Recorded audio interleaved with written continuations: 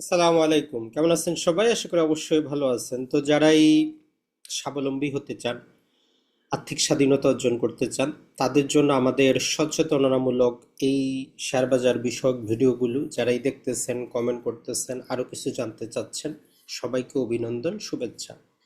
আজকের ভিডিওতে আমরা 12টার মতো প্যারামিটার বলবো, যেই প্যারামিটারগুলো আপনি খাতার মধ্যে লিখে রাখবেন।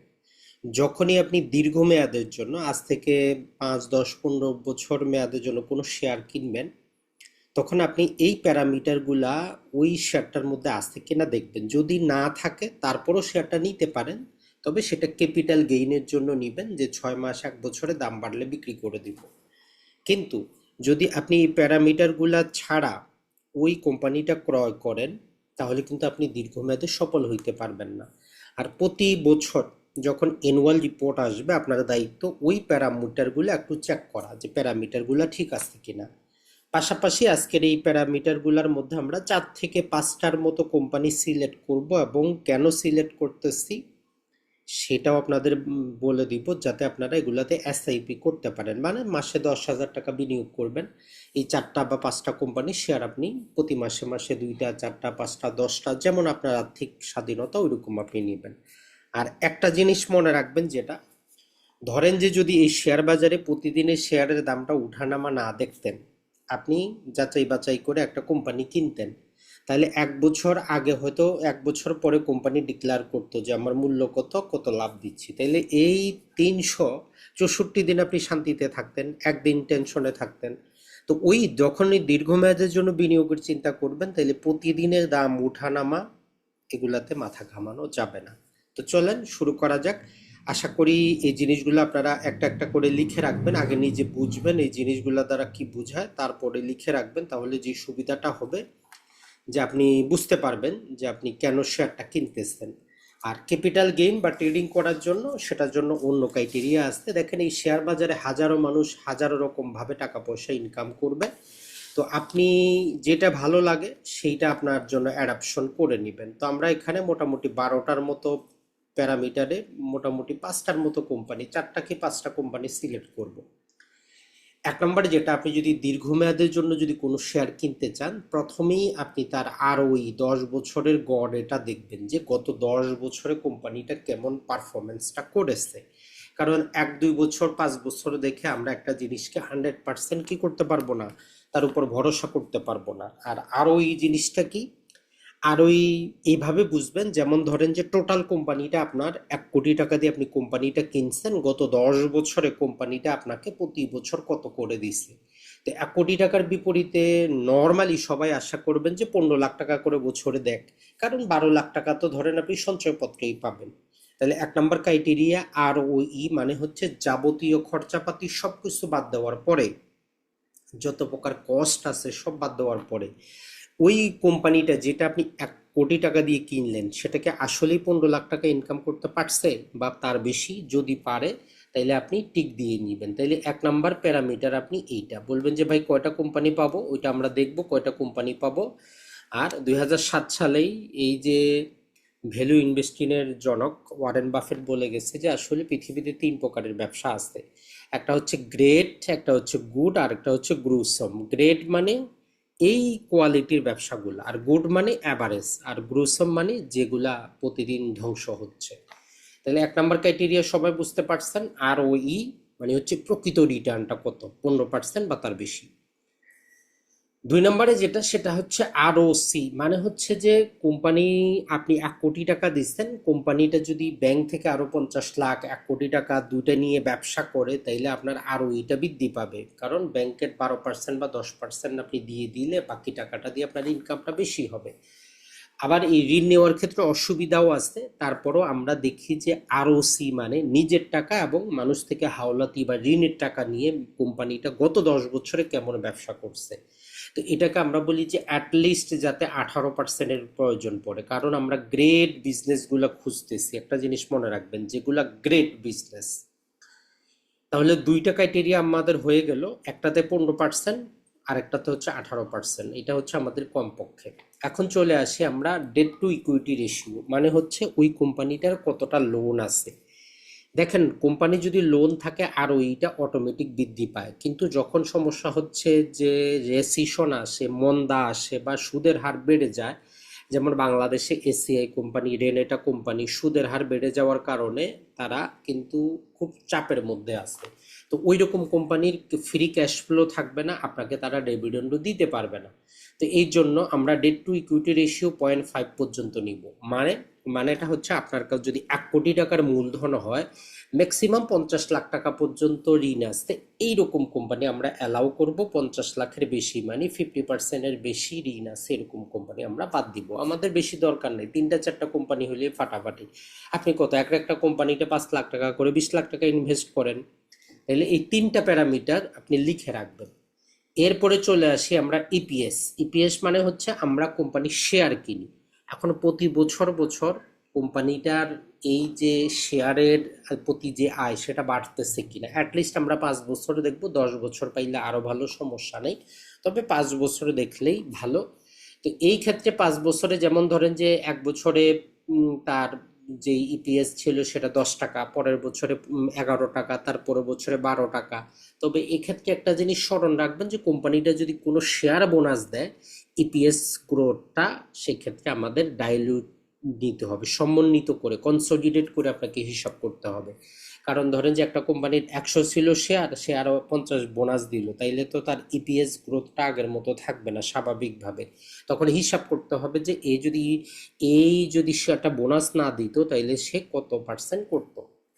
এরপরে তার রেভিনিউ গ্রোথ মানে তার সেল বা বিক্রি বা সেবা, এটা গত 5 বছরে বাড়তেছে কিনা, এখানে আমরা পার্সেন্টেজ রাখবো না, অ্যাটলিস্ট পজিটিভ আছে কিনা। তবে আপনি চাইলে ডবল ডিজিট রাখতে পারেন, অথবা বাংলাদেশের দ্রব্যমূল্যের ঊর্ধ্বগতি যেহেতু 8%, 8, 8.5% রাখতে পারেন।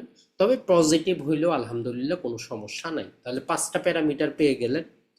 এরপরে 6 নাম্বারটা হচ্ছে যে অপারেশনাল ক্যাশ ফ্লো ভাগ হচ্ছে নেট ইনকাম, মানে হচ্ছে কোম্পানিটা বাকিতে ব্যবসা করে না নগদে ব্যবসা করে।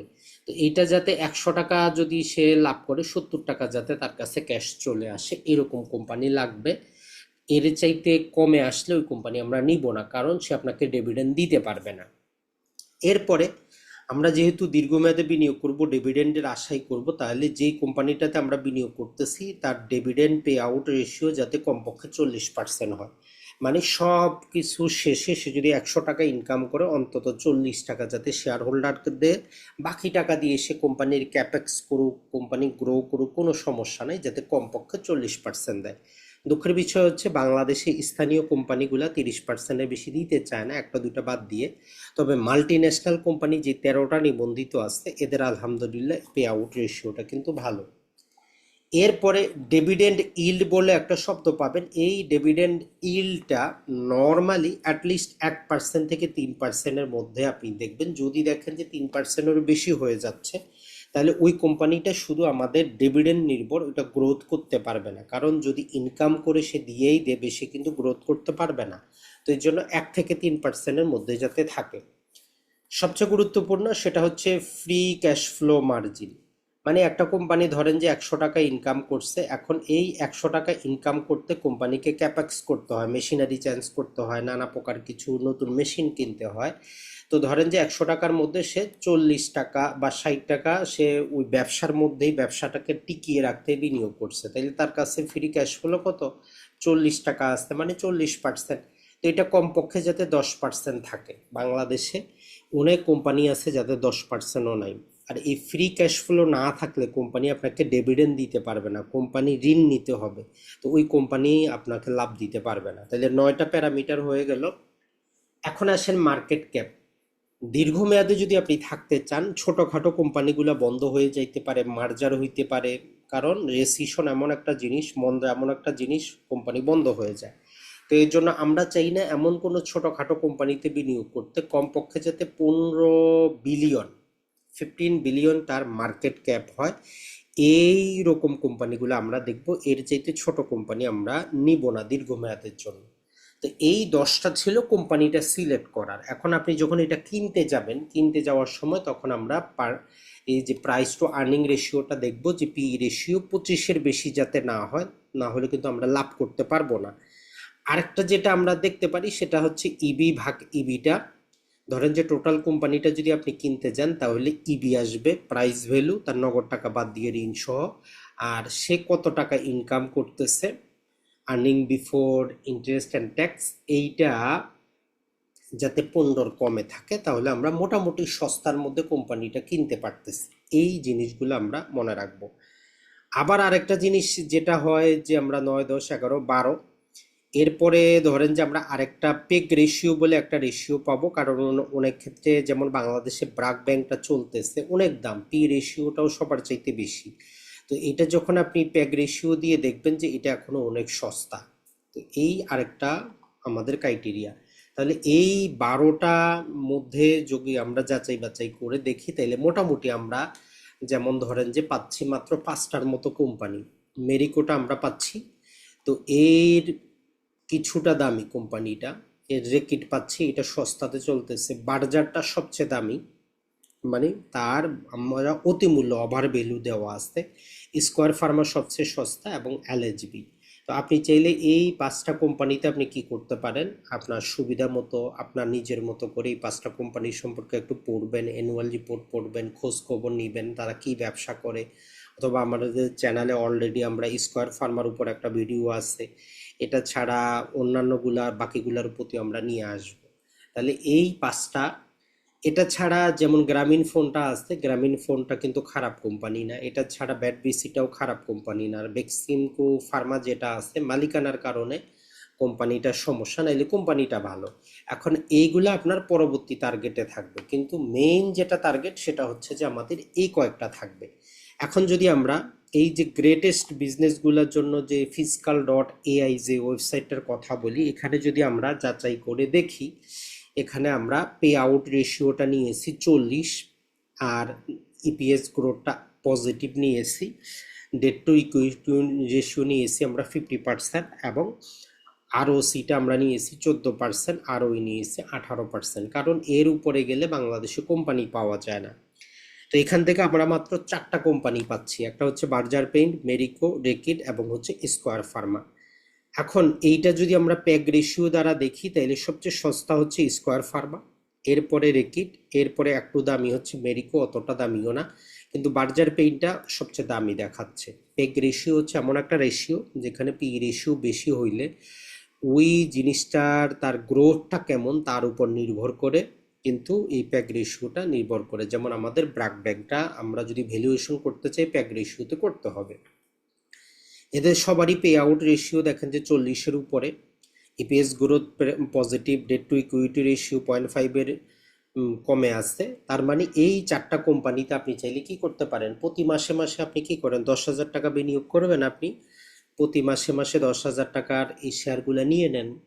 তাইলে এইভাবে আমরা কি করতে পারি, যদি বাংলাদেশের শেয়ার বাজারেও আপনি একটা পেসিভ ইনকামের সোর্স বানাইতে চান আগামী 5, 10, 15 বছরে, তাহলে এই যে 4টা কোম্পানি বা 5টা কোম্পানি আমরা বললাম, এগুলার অতীত ভালো, বর্তমানও ভালো, এখন ভবিষ্যৎটা আপনাকে একটু গবেষণা করতে হবে। সিম্পলি জাস্ট আমরা যদি একটা বলি, যেমন ধরেন যে স্কয়ার ফার্মার আগামী 10 বছরের ভবিষ্যৎটা মোটামুটি ভালো।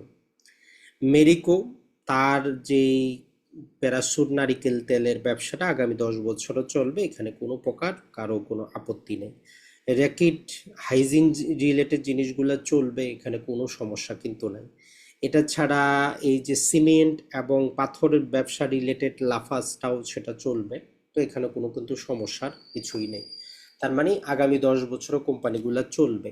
তারপরে আপনি প্রতি বছর বছর যখন অ্যানুয়াল রিপোর্ট আসবে একটু যাচাই করে দেখার চেষ্টা করবেন যে সব কিছু ঠিক আছে কিনা। আশা করি এইভাবে যদি আপনি কোম্পানি সিলেক্ট করেন আপনি প্রতারিত হবেন না। তারপরে হচ্ছে শেয়ার বাজার এমন জায়গা, এখানে এক একজন মানুষ এক একভাবে লাভ করে।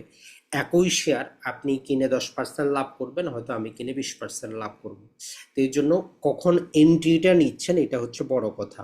এখন কখন কিভাবে কিনবেন এটার জন্য আরেকটু যদি টেকনিক্যাল নলেজ থাকে তাহলে আপনি আরও সস্তাতে কিনতে পারবেন।